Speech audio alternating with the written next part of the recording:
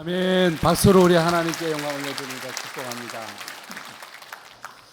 저의 고백입니다. 저는 연신교를 만난 것이 큰 복입니다. 그리고 여러 성도 여러분을 만난 것이 저에게는 큰 축복입니다.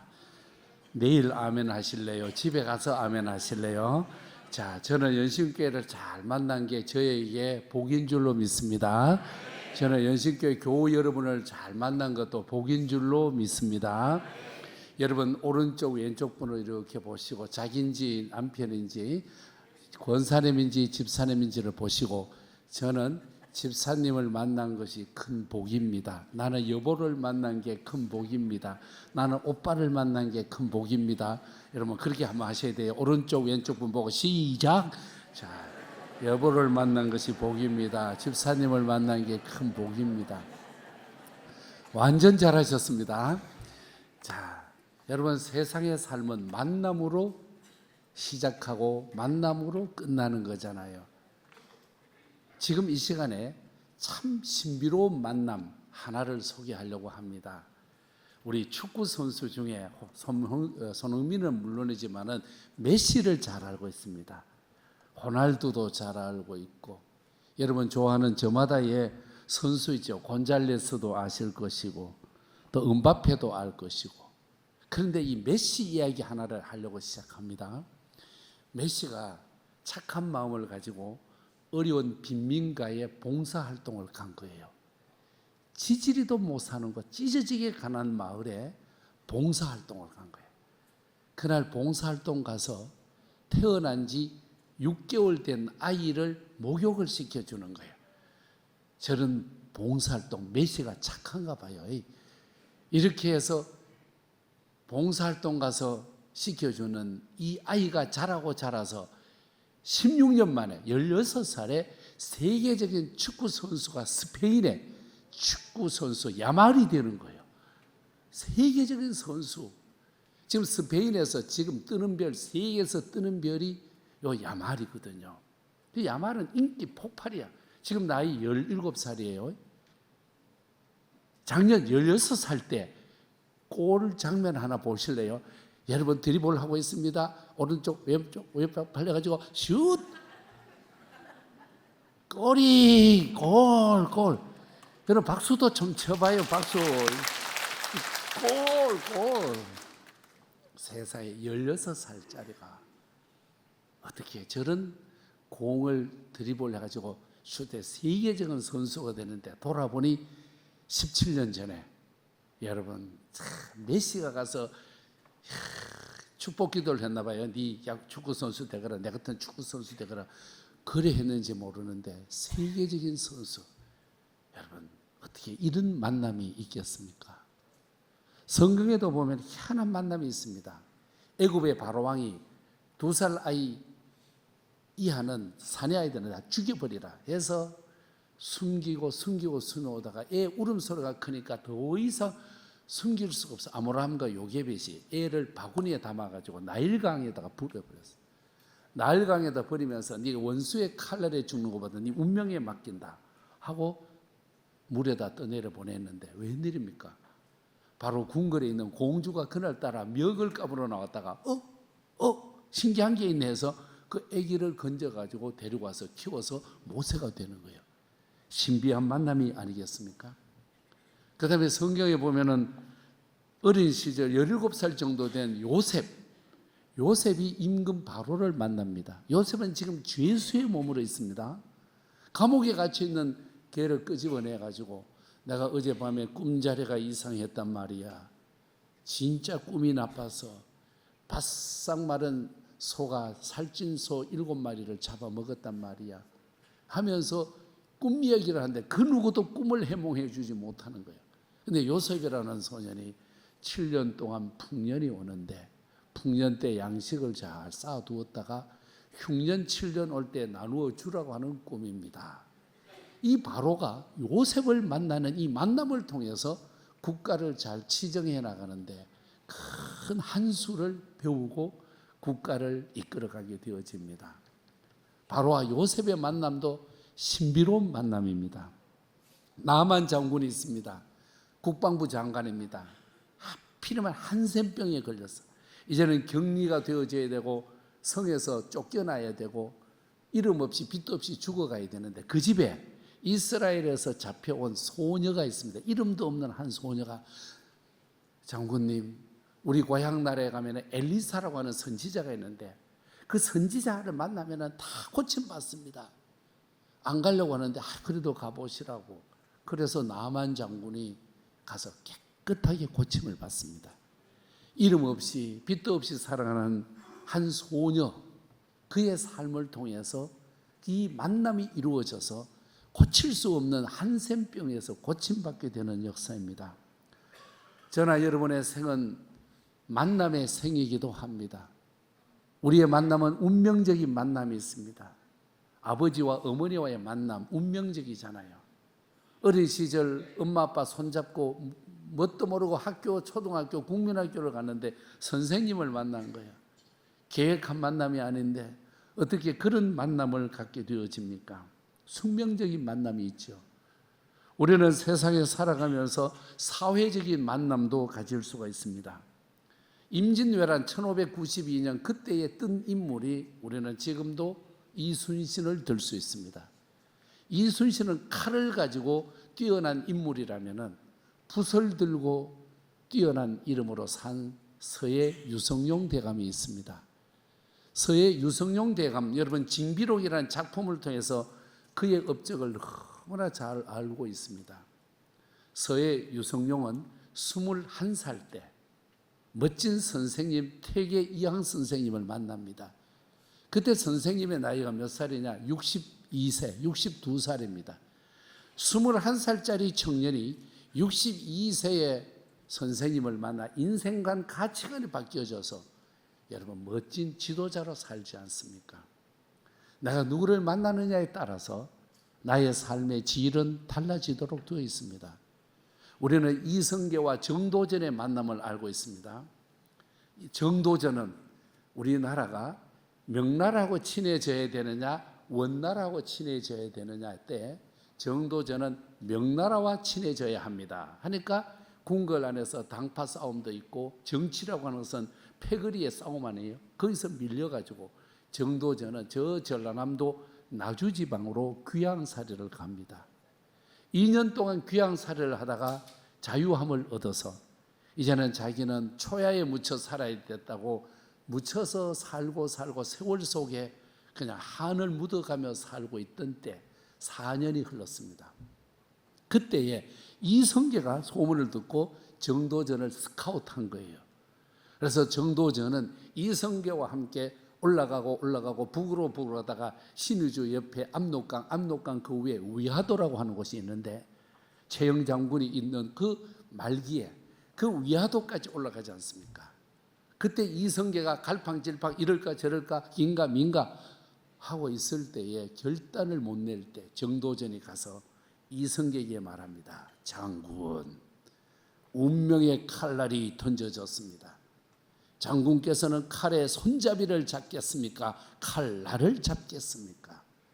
이성계가 정도전의 이야기에 용기를 얻어가지고 돌아가자 컴백터 돌아가자 해가지고 와서 조선을 건국하게 되어집니다. 여러분 내 생에 있어서 누구를 만나느냐 정말 중요한 만남입니다. 중요한 일들이기도 합니다. 그러나 우리 예수 믿는 사람이 예수 만나면은 다 끝장나는 거예요. 행여나 사람을 잘 못 만나도 괜찮아요. 예수 잘 만나면 길이 열려질 줄 믿습니다. 여러분 이 세상에 실패했다고 해서 낙심하지 마십시오. 예수 만나면 끝장날 줄로 믿습니다. 육의 모습 속에서 한숨 지고 괴로워하고 눈물 흘린 여러분 예수 만나면 역사가 일어나고 예수 만나면 영원으로 이어지는 축복을 주실 줄로 믿습니다. 세상에 원망도 많고 핑계댈 것도 많고 내가 저 인간 잘못 만나가지고 내 생에 이렇게 꼬였다고 세상적으로 말할 것이 아니라 주님이 내 속에 계시고 주님 내 손 잡아 주셔서 감사합니다. 주님 한 분으로 나는 만족합니다. 예수 한 분이면 쓰러졌던 삶도 이렇게 세울 수가 있고 예수 한 분이면 흐른 눈물도 해결할 수가 있고 예수 한 분이면은 요한된 우리의 생 속에 영원으로 사는 축복이 주어지게 될 줄로 믿습니다. 예수 만나서 길이 열려지고 예수 만나서 구원받고 예수 만나면서 생명 얻는 이런 만남을 생명적 만남이라고 합니다. 오늘 말씀 속에 보면은 생명적 만남을 갖는 한 여성 수가성 여인의 이야기가 나옵니다. 여러분 성화에서 보시는 대로 뜨거운 떼약볕이 내리쬐는 낮 12시에 한 여인이 우물에 물을 기르러 갑니다. 여러분 우물가에 가려면 보통 시원한 아침에 가든 어둠이 살짝 내리기 전 해가 서산으로 넘어간 저녁 무렵에 물을 기르러 가야 하는데 이 여인은 정오 뜨거운 떼약볕 속에 물 기르러 간 거예요. 웬일입니까? 아무 사람도 없는 줄 알고 혼자밖에 뿐인 줄 알았는데 유대인 한 남자가 있어서 자기에게 물을 좀 달라고 합니다. 선생님, 내 삶이 더러운 삶입니다. 나는 버림받은 사람이고 당신들의 국가에서 우리 민족을 보면은 우습게 보는 민족 한 여자인데 어떻게 나에게 물을 달라고 하십니까? 그때 예수님께서 만나 주시기를 인격적으로 만나 주시는 거예요. 여러분 사람과 사람이 만나려면은요 첫 번째는 눈과 눈이 마주쳐야 합니다. 마주치는 눈빛이 무엇을 말하는지 첫째는 눈과 눈이 마주쳐야 합니다. 그 다음에는요 여러분 마음과 마음이 함께 만나져야 합니다.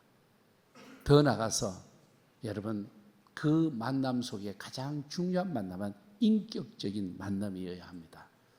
우리 보통 문자를 주고 카톡을 주고 받으면서 상처를 받습니다. 왜? 눈과 눈이 마주치지 않기 때문입니다. 여러분 SNS를 통해서 주고받을 때 상처가 있고 상처를 줄 수도 있고 오해를 하고 오해를 받을 수도 있습니다. 왜? 마주보지 않기 때문입니다. 왜? 인격이 오고 가고 보이지지 않기 때문입니다. 이 여인이 인격적인 만남으로 예수님과 대화를 합니다. 어떻게 나 같은 여자한테 물을 달라고 하십니까? 그때 예수님이 귀한 이 여인에게 말합니다. 네가 여기에서 야곱의 우물물처럼 나오는 이 물로 나에게 주지만 목만 축이는 것이 아니라 내가 주는 물은 영원히 목마르지 않다. 그러면서 이 여인이 예수님을 만나면서부터 심령의 문이 열리게 되어지고 예수님을 메시아로 받아들이게 된 것입니다. 참 신비한 만남이 여기에서 이루어지고 있습니다. 신비로운 만남 속에서 오늘 주신 말씀 28절과 29절 말씀에 보면은 여자가 물동이를 버려두고 동네로 들어가서 사람들에게 이르되 내가 행한 모든 일을 내게 말한 사람을 와서 보라. 그리스도가 아니냐. 신비로운 만남, 영적인 생명적인 만남을 가진 이 여인이 동리에 들어가서 메시아 예수를 자랑하기를 시작을 합니다. 자, 여러분, 이 여인이 물을 기르러 왔습니다. 우리네의 습성하고 우리네 풍습하고 비교하면은 너무나 딴판입니다. 이 거리가 몇 킬로냐? 4킬로입니다. 물을 깃기 위하여 4킬로를 온 것입니다. 10리를 온 것입니다. 저나 여러분은 물 깃기 위하여서는 50m 마을 복판에 있는 우물 아니면 겨울물 이런 것으로 떠왔고 살아왔습니다. 우리들은 물 깃기 위하여서 10분 이내 가본 아마 가까운 거리를 가봤는데 이 여인에게 있어서는 4km를 걸어왔습니다. 4km를 걸어와서 세상에서 처음 만나보는데 영생을 주는 생명의 신비를 주고 영원히 목마르지 않은 영혼의 모든 갈증을 해결해 준 구주 예수를 만나게 된 거예요. 그러면서 이 여인에게 첫 번째 한 일이 뭐냐? 물동이를 던져버리는 거예요. 우리 사람은 살아갈 때 진짜 귀한 것을 얻으면은 덜 귀한 것을 버릴 수 있습니다. 정말 소중한 것을 찾고 나면은 덜 소중한 것을 던져버릴 수도 있습니다. 베드로를 보십시오. 베드로에게 있어서 최고 귀한 것이 뭐냐? 그물입니다. 그물. 베드로에게 있어서 가장 귀한 것은 배입니다. 저 성화에서 보시다시피 베드로에게 있어서 배와 그물은 생명입니다. 살아갈 의지입니다. 살아갈 중심이기도 합니다. 그런데 예수님을 만나보니까 배도 별것도 아니고 그물도 별것도 아니라 버리고 예수님을 따라가는 거예요. 마태복음 13장에 보면은 밭에 감추인 보화를 발견했습니다. 너무너무 값진 보화예요. 그러니까 자기 집에 있는 모든 재산을 정리해 가지고 이 밭을 사는 거예요. 왜? 그 밭 속에 있는 보화가 더 크기 때문에.